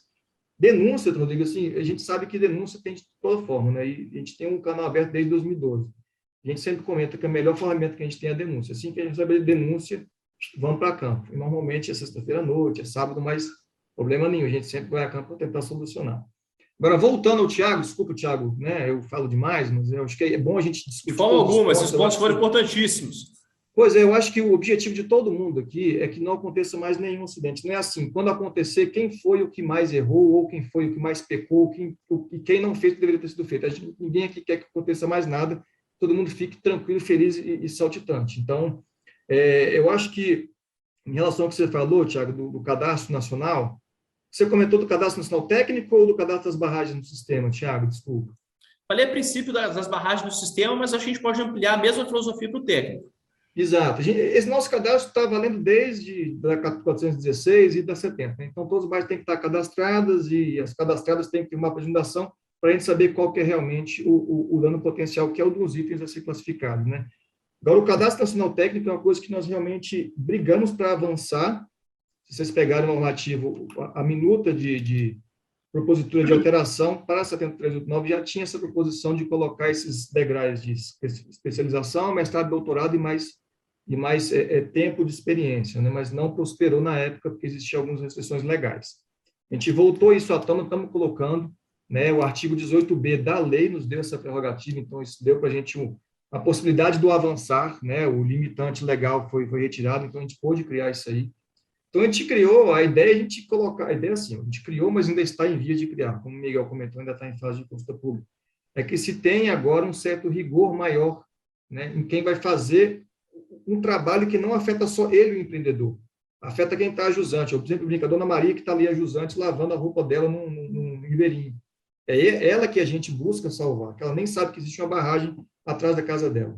Então, a gente colocou que tem que ter pelo menos especialização, mestrado, doutorado, tem que entender de geotecnia, né, geotecnia de barragens, segurança de barragens, e também hidrologia. Eu comento com a minha equipe que a gente, expurgando o problema barragens a montante, o próximo problema a se perseguir vão ser o trânsito de cheia, né? Então, a questão da hidrologia vai bater forte. A gente sabe que barragens são bem feitas, mas não tem um sistema de extravasão correto, bem dimensionado, se galgar vai romper. Então, esse vai ser o nosso próximo foco, isso que a gente está tentando vislumbrar, pós a questão de retirar as barragens a montante.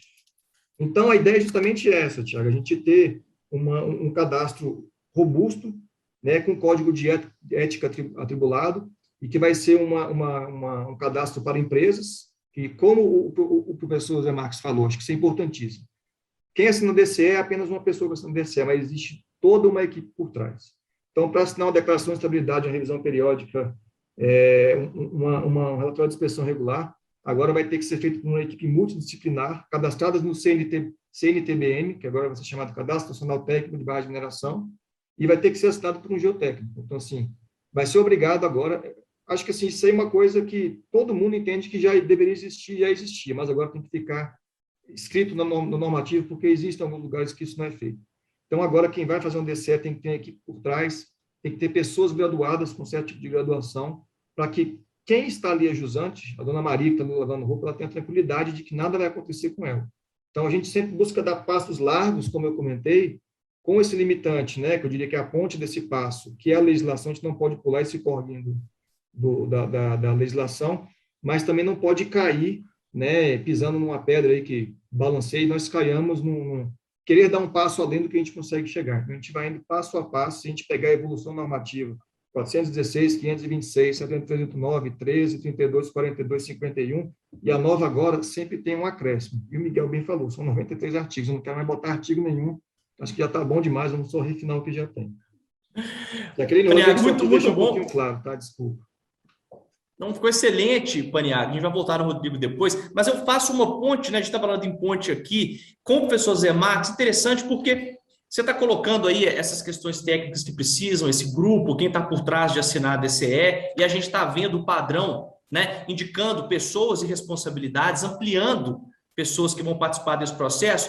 Aí eu quero fazer uma provocação para o professor Zé Marques, que às vezes eu escuto algumas informações de que a gente está criando essas especializações, tem uma série de demandas de atores internos e externos às empresas, e algumas informações de que não haveria profissional suficiente no mercado, né? Que o mercado brasileiro talvez não tenha se preparado para dar essa resposta tão técnica para tantas pessoas, tantas barragens. Como é que é a sua visão? Isso faz sentido ou não? O Brasil está preparado, a gente tem essas especializações já imaginadas na norma e no padrão, é mais uma questão de organizar essa demanda e essas pessoas capacitadas para isso, ou a gente tem um caminho ainda para desenvolver? Qual é a sua visão sobre isso? É uma boa pergunta e uma pergunta difícil, né? Então, a gente tem que responder em várias cebolas, tá? E vamos descascando, né? Então, a primeira coisa, o Brasil tem tecnologia e gente capacitada? Sim. O Brasil tem núcleos importantes que conhecem todas as atividades necessárias? Sim. O Brasil é um ponto fora da curva em termos de qualidade de barragens no mundo? Sim. Ok? Tanto é que nós fizemos Itaipu na década de 70 e os chineses fizeram Trigorges de 2000 em diante. Lá começou em 1990 e qualquer coisa, quer dizer, o Brasil trabalhou aí, tem uma tecnologia de barragens bastante evoluída e temos ainda uma massa crítica de conhecimento importante, ok? Aí você me responde, os cursos de engenharia atual, eles estão formando essas pessoas? Não. Por quê? Porque houve nos últimos 20 e poucos anos uma mudança do curso, que o curso virou muito para edificações. O que nos resta fazer? Uma coisa que já está existindo, né? Não é para cortar os pulsos, ficar nervoso. Quando a gente tem problemas, e problemas bons como esses, que são problemas que nós estamos resolvendo, alinhando coisas democraticamente, a gente tem que entender que já tem que ter cursos de especialização, nós temos que ter eventos para discussão, nós temos que ter um monte de eventos de lições aprendidas, o que aconteceu, e temos que ter aí um conjunto bastante importante para a questão de gestão do conhecimento. Eu estou falando por minha opinião, tá? Opinião do Zé, ok? Em que nós temos que ter guias de boas práticas, que a INM está trabalhando bastante disso, a Ana está trabalhando, a ANEEL. Eu volto a dizer, nossas agências fazem muito pela quantidade de gente que tem, ok? Eu respeito muito guris como... Eu falo guri, né, o Paniagua, né, porque é mais novo que eu, né, e dá para ver para a filha dele, né, porque a minha filha tem 30 e tantos anos, a diferença nossa é bem grande, né, que trabalham diuturnamente, né. Então, e precisamos de uma regulamentação em normas técnicas, reconhecidas por todos, para que a gente possa começar a certificar processos, programas e acreditar profissionais em empresas. Ou seja, existe uma necessidade de mercado que tem que ser organizada e o Brasil tem que passar por um processo, na minha opinião, bastante intenso, e as agências estão fomentando isso, não vamos ser injustos, de criação das figuras. Ok? E devemos, dentro de todos os conselhos nacionais, porque quem faz lei não é a agência. Quem faz lei é um negócio acima da agência, né? Criando as regras mínimas de como certificar, acreditar essas coisas. Se eu não tiver as normas, os procedimentos, isso fica difícil. O que eu estou vendo no Brasil? Eu estou vendo uma melhoria, e aí eu até tranquilizo, é bom estar o Rodrigo aqui, o Rodrigo não me conhece, mas eu já conheço o Rodrigo há algum tempo, acho que ele não lembra de mim, já tivemos em vários eventos aí juntos, né? O que a gente precisa tranquilizar a sociedade é que a coisa está em andamento, mas nós temos dificuldades. Nós temos que fomentar mais gente estudando. Nós temos que ter mais eventos, porque o padrão é super legal, tá? É difícil você achar uma falha no padrão, não sei se meus colegas concordam comigo. O padrão ele é muito legal. O que precisa é o negócio está escrito em todos os lugares, cabe encontrar qualificação técnica. Então, nós temos que garantir qualificação técnica agora e para os próximos centenas de anos, não é isso? Então, nós temos que criar métodos, processos, para que essa passagem de bastão dessa turma que conhece seja eficaz. Eu não posso esperar que a coisa... O Miguel, por exemplo, que é uma Babilônia em termos de conhecimento, não adianta, Miguel, você falar com essa cara, não. ou o Paniagua, que também já está no alto nível, que não passe o bastão, né? Eu tenho que bastar o bastão para essa nova geração. Então, tem que criar esses procedimentos, na minha opinião modesta, e isso foi muito debatido no grupo do CREA, né? Conversar para curso de especialização, mestrados, doutorados, formação de professores e uma educação continuada com gestão do conhecimento. Gestão do conhecimento como? Eventos, inicialmente, eu coloco todo mundo conversando democraticamente, olha assim, ó, esse negócio deu zebra por causa disso, automaticamente mudo meu guia de boa prática, automaticamente ajusto minha normalização e a população se sentirá cada vez mais segura, né? E tudo isso tem Excelente. Baseado em vida e análise de riscos. Ajudei alguma coisa ou só pus confusão na cabeça?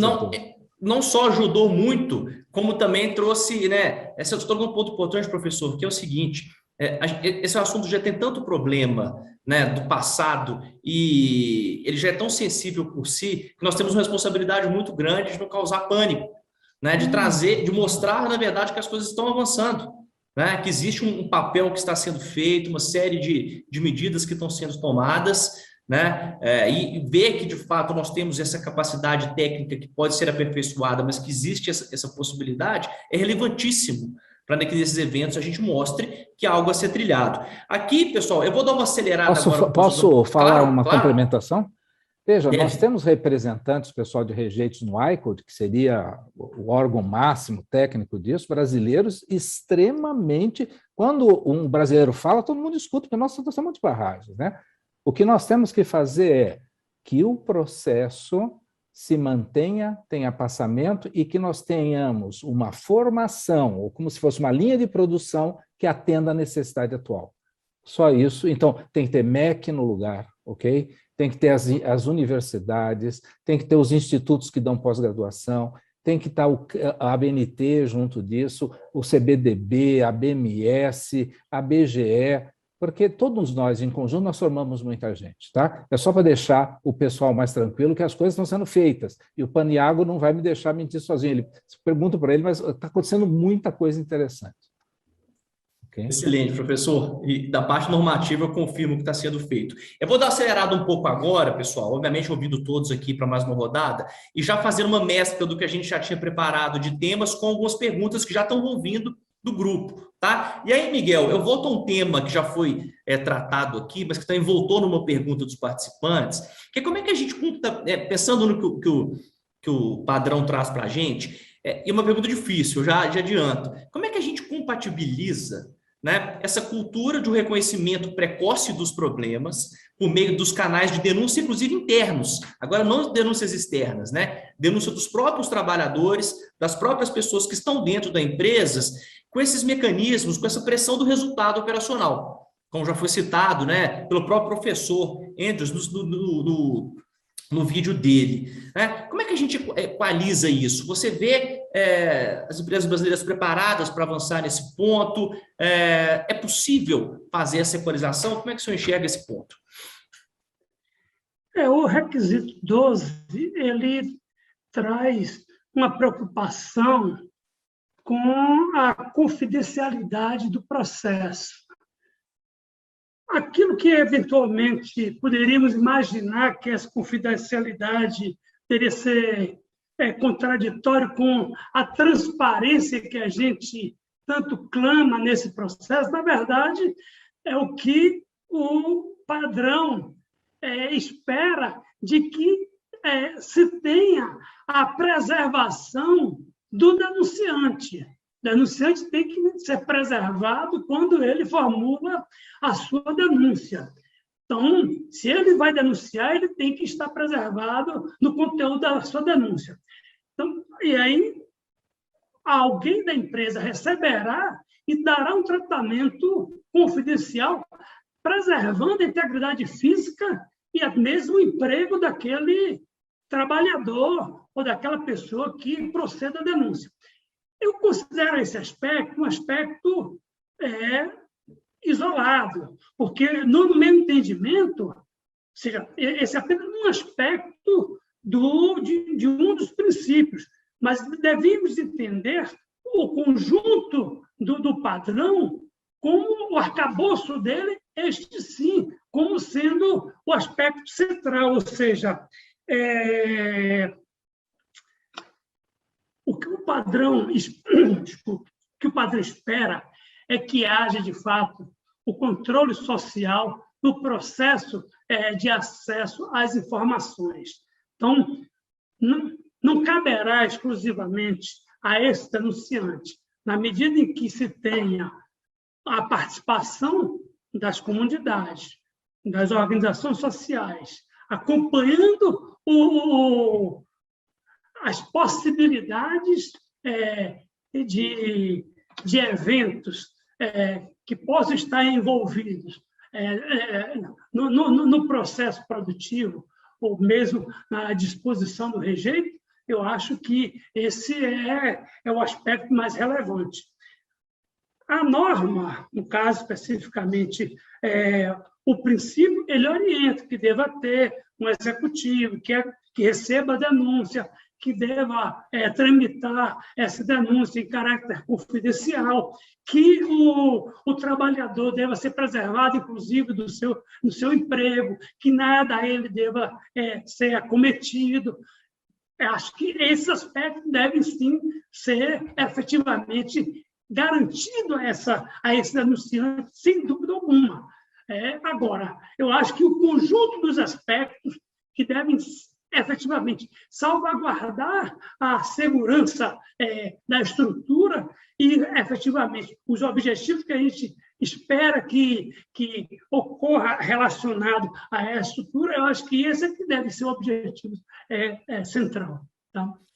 Só uma pergunta para você, complementando, Miguel. 30 segundos para responder, pergunta dificílima. Você acha que nas empresas, até puxando um pouco do que o professor Zé Marcos falou, você acha que as empresas já estão preparadas para fazer as transições da gestão desse assunto, principalmente as médias empresas, para que a gente tenha novas, vamos dizer assim, gerações de gestores que possam trabalhar junto com os gestores mais sêniores, para a gente manter a continuidade dos registros, dos padrões, dessa cultura de governança, e não uma troca de pessoas de forma que as pessoas que estão lá dentro não estão preparadas? 30 segundos, porque a pergunta é difícil, mas a gente vai precisar dar uma rodada para outras pessoas aqui. Sendo franco, eu acho que isso é um processo. Eu acho que, como eu falei, barragem de rejeito não é algo novo, é algo antigo, mas o processo de governança é algo novo.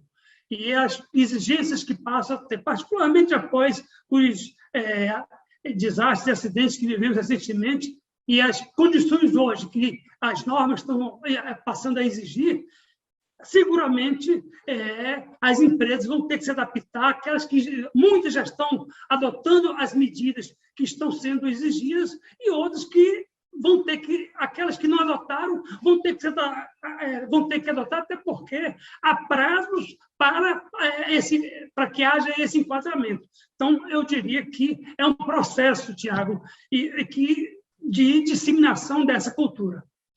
Excelente, Miguel, obrigado. Jaqueline, pegando um pouco do gancho do que o Miguel colocou, isso a gente já falou aqui, é uma pergunta que já está aí no pessoal do grupo, que é a questão da proteção dos denunciantes, né? Ou seja, principalmente as pessoas dentro da empresa, para se sentirem acolhidas. A gente tem uma parte de gestão e de governança sobre isso, mas eu acho que também o direito pode ter um papel no sentido dessa proteção. Você acredita nisso também? Ou seja, a gente tendo cada vez mais essa proteção jurídica das pessoas que se manifestam dentro desses fóruns, você acha que isso vai fazer com que haja mais segurança para essas denúncias internas com risco menor de perder os empregos, ou isso ainda é uma ilusão? O direito não consegue viabilizar isso?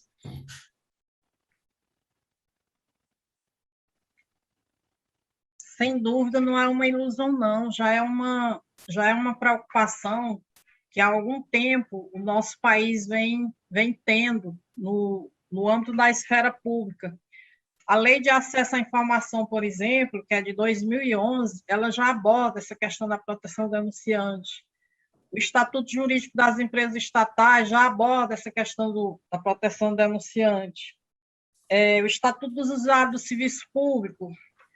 O Ministério da Justiça, em 2014, já publicou o Guia para o Uso do Sistema Interamericano de Direitos Humanos na Proteção de Denunciantes. Lógico que lá o foco era atos de corrupção, mas esse foco da mineração, ele tem, eu vejo muita similaridade com as preocupações que a prevenção da corrupção tem. Então, eu acho assim que não é um tema fácil, é um tema que, a nível de CGU, por exemplo, vem já se discutindo há algum tempo, construindo entendimentos, porque aí tem dados sensíveis, aí tem dados pessoais, tem essa preocupação com a segurança do emprego, mas, sem dúvida nenhuma, que o direito ele é uma ferramenta indispensável para traçar essa garantia, essa proteção ao denunciante. E aí tem todo um conceito por trás disso, né? O que é um dado pessoal, o que é uma informação sigilosa, o que difere uma coisa da outra, o que é uma restrição temporária, o que é uma proteção máxima. Então, tem todo um debate que já vem sendo travado a nível de Brasil no âmbito do sistema de ouvidorias do Poder Executivo Federal, e que vai poder ajudar muito na implementação desse princípio 11, aliás, princípio 12, né, do padrão global. Excelente colocação, Jaqueline. Desculpa, pode complementar. Achei bastante interessante me deparar tanto com o tópico 11, como o tópico não, o princípio 11 como 12, porque eu com alguma experiência que tive na avaliação de programa de compliance das empresas, eu vejo ali claramente uma associação com as preocupações, com a necessidade de uma implementação de um programa de compliance por essas empresas de mineração. Excelente. Pessoal, eu estou tentando articular aqui o máximo de perguntas do grupo também. Eu vou dar uma passada agora com o Rodrigo e depois eu vou voltar para algumas outras pessoas de umas perguntas que estão aqui no chat. Rodrigo, é muito difícil a gente fazer isso, mas nós temos um tempo muito limitado e é claro que a gente precisa dar uma enxugada, mas se a gente pudesse imaginar o seguinte, se a gente pudesse consolidar em uma demanda, né, pensando pelo padrão, a implementação do padrão na prática no que concerne ao envolvimento, né, dessas comunidades dentro desses projetos, se a gente imaginasse uma demanda que deveria ser aplicada, poderia ser adicionada, que é uma demanda efetiva, né, do grupo dos atingidos em relação a essa participação, você conseguiria sintetizar para a gente aqui que demanda seria essa? Ou seja, seria uma participação maior na construção de planos, ou seria mais um acesso melhor à informação, ou um pouco do que o Paniagua disse, uma iniciativa maior de realização de simulados, de uma proximidade maior? Existe algo que a gente poderia concentrar, imaginar que seria o próximo passo, que atenderia um pouco essas demandas dessas populações? Certo, Thiago. Eu poderia dizer, no breve espaço de tempo, que a gente trabalha com o direito dos atingidos, que a gente chama de participação informada. Então, a minha resposta seria nesse sentido, porque não basta apenas ter mecanismos de participação em que os atingidos são, muitas vezes, apenas partícipes de espaços ou audiências que não têm deliberações, mas que são meramente consultivos e os encaminhamentos ali tirados podem ser rejeitados, né? Então, a gente trabalha com essa participação informada, que os atingidos, ameaçados por barragem, eles possam ter também poder de decisão nos encaminhamentos. Eles podem eleger a sua forma de participação informada. Nesse sentido, a gente tem também a demanda da assessoria técnica independente, ou seja, que os atingidos tenham acesso a equipes independentes do quadro de funcionários das barragens, das empresas operadoras das barragens, para que eles possam traduzir os termos técnicos das barragens em espaços mais didáticos aos atingidos e que possam garantir essa neutralidade. Mas eu só queria também, que na mesa a gente gosta, né, de comentar os comentários dos colegas, né, usar um pouco do tempo. Sem dúvida. Porque eu gostaria de ter o otimismo que o José Marques trouxe aqui anteriormente, mas apenas no ano de 2021, lembrando aqui por cima, eu acho que teve outros, mas a gente está no 8º mês estamos no mês de agosto e nós já contabilizamos pelo menos 6 acidentes com barragens no Brasil. Nós do MAB falávamos que tínhamos uma média que a gente foi acompanhando junto ao Observatório de Barragens lá do Instituto de Planejamento Urbano e Rural da UFRJ, capitaneado pelo professor Carlos Weiner, que é um dos grandes especialistas no tema e a nível nacional, que havia uma média de um rompimento de barragem no Brasil a cada 3 meses. Esse ano de 2021 a gente está, inclusive, aumentando esse número. E é um quadro grave, né? Eu posso citar aqui os casos, né? Rompimento, e aqui falando de barragem, não só em barragem de mineração, mas falando em barragem de todas as multiplicidades existentes, né? Mas a gente tem aí um rompimento de barragem em Florianópolis, Santa Catarina, uma barragem de efluentes de esgoto. A gente tem um rompimento de barragem no Maranhão, de mineração e extração de ouro, da Equinox Gold. A gente tem um rompimento de uma barragem de captação de água em Camboriú. Temos um rompimento no Ceará, que teve, inclusive, 3 mortos, né, em fevereiro de 2021. Tivemos agora o deslizamento também no município de Sarzedo, em Minas Gerais. Tivemos também o rompimento da barragem... Não, nesse caso foi extravasamento da barragem no município de Cerro, em Minas Gerais. Então, eu gostaria de ser otimista também, mas diante dos fatos, a gente se vê na necessidade de promover essas denúncias. E eu sei que assim, nós temos profissionais técnicos brasileiros muito capacitados. Assim, o Brasil, nesse tema, a gente sabe que tem uma expertise enorme no tema, mas falta, às vezes, né, assim, uma sistemática programação e planejamento desses setores, né? A gente vê aí que temos agências distintas, né, a ANA, a ANEEL, a ANM, compartilhando um pouco dos encaminhamentos e procedimentos tirados, né, na Lei de Segurança das Barragens, mas que estamos ainda caminhando para que tenhamos um sistema nacional de cadastramento das barragens com efetivas medidas a serem aplicadas e também entendendo a competência de cada órgão diante desses temas, né? Então, nós, do Movimento Atingidos por Barragens, a gente trabalha nesse tema, a gente se vê na necessidade de denunciar, gostaríamos de estar elogiando a segurança das barragens, não gostaríamos de estar denunciando esses crimes, contudo, diante do ocorrimento desses crimes, a gente precisa trazer a público. E só para citar também um caso que para nós do MAB é bastante importante no tema das denúncias, talvez seja essa uma sugestão que possamos fazer ao padrão global também, que as denúncias ali no padrão, pelo que li, trabalha no sentido de denúncias dos funcionários, dos trabalhadores, e que defende, né, os trabalhadores no sentido de que, para que possam ter as condições de fazer as denúncias. A gente colocaria ali, qualificaria, talvez, eu sei que ele já foi colocado no próprio padrão, mas só para sugerir um pouco mais a elaboração, é que também envolva a proteção às comunidades diretamente atingidas ou afetadas pelos empreendimentos. Citando também que o Brasil, infelizmente, ele tem um histórico de perseguição às lideranças comunitárias que denunciam os ocorrimentos de violações em casos de rompimento ou de construção de barragem. Eu posso citar aqui 2 casos, o caso da Nilce de Souza, na barragem de Jirau, em Rondônia, e também a Dilma Ferreira, que atingida pela barragem de Tucuruí, no Pará. Ambas foram assassinadas por estar liderando processos de denúncia contra injustiças de barragem. Então, talvez o padrão possa contemplar esses casos também de proteger os defensores de direitos humanos que denunciam as violações que ocorrem em casos de barragem. Só para citar esse ponto que é tão assim clamoroso para nós do movimento Atingidos por Barragem também. Obrigado. Igor, obrigado. Pessoal, a gente está... Pode, só um minutinho, pessoal. Só um minutinho, Paniaga. Eu vou dar 30 segundos para cada um, para você e para o professor Zé Marcos, só porque eu já estão no meu ponto eletrônico aqui dizendo do tempo. Faça essas considerações, eu vou fazer a última pergunta. Vai lá. Não, meu, são só 5 segundos, só corrigir, Rodrigo. Sarzedo não foi barragem, foi um talude de um aterro. Só para corrigir, beleza? Pronto, menos professor.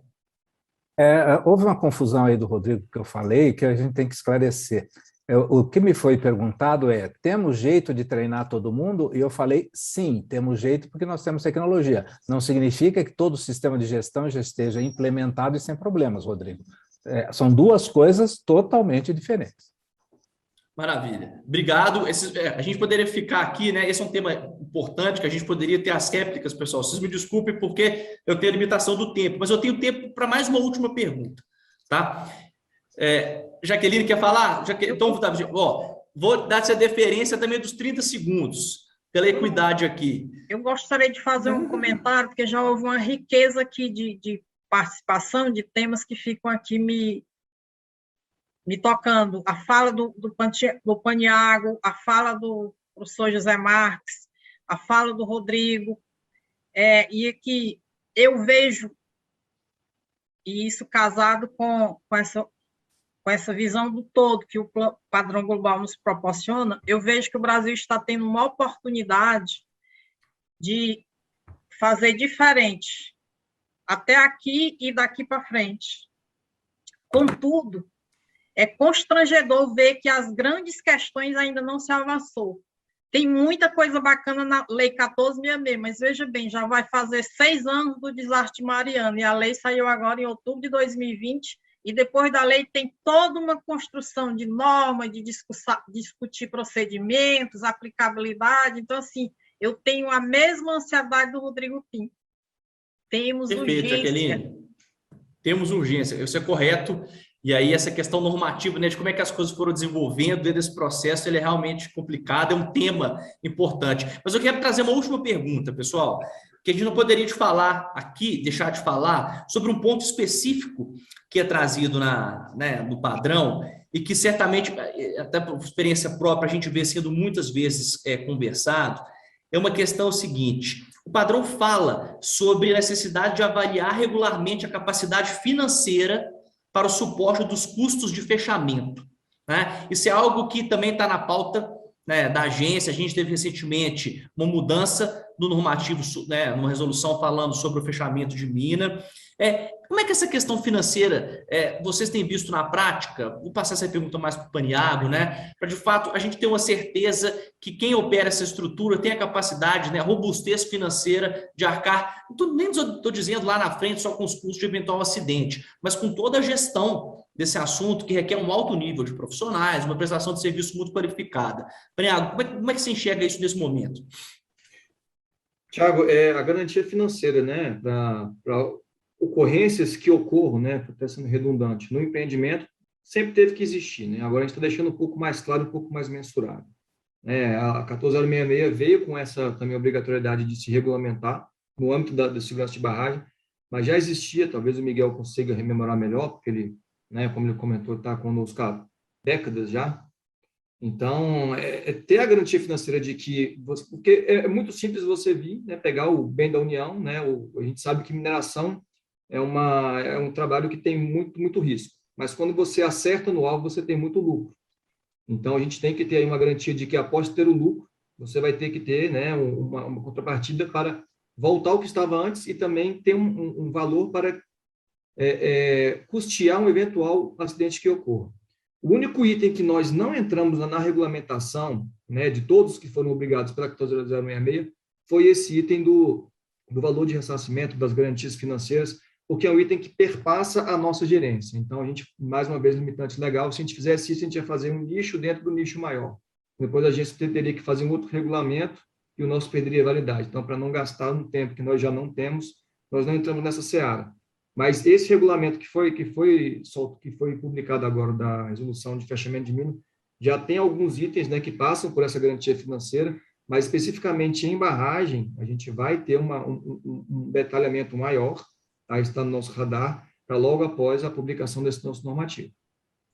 Excelente, Paniagua. Pessoal, eu queria passar de novo a palavra para a Natália, né? Primeiro, já agradecendo aqui todo mundo, pedindo desculpas por não conseguir ter feito todas as perguntas. Vi que tem várias super interessantes aqui, Tiago, mas a gente vai tentar uma outra oportunidade. Tiago, oi, Miguel. Um minuto, só para além do fechamento, eu ainda acrescentaria a descaracterização da barragem, que eu acho que é uma novidade que veio na lei, que eu acho que essa daí precisa ser hoje considerada também, atendendo o contexto da sua pergunta.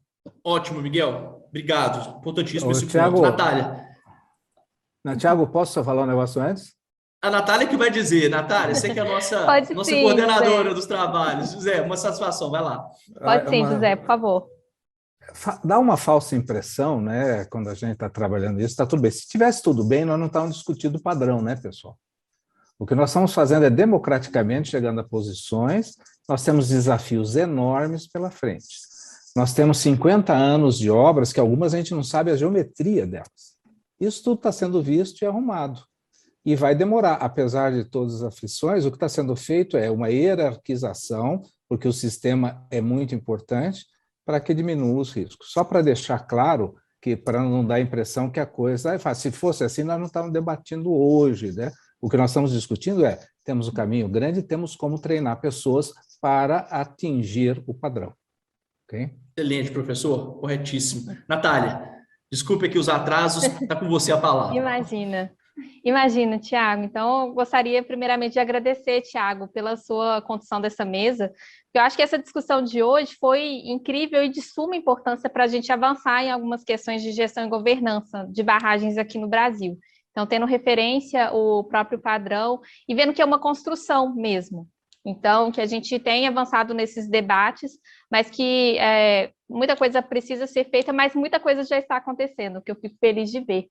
E gostaria de reforçar o agradecimento também para os nossos panelistas, o Luiz Paniagua, a doutora Jaqueline, o Miguel Neri, o doutor José Marques e também ao Rodrigo Tim, que trouxeram perspectivas interessantes para o tema, né, de acordo com suas realidades e com suas vivências.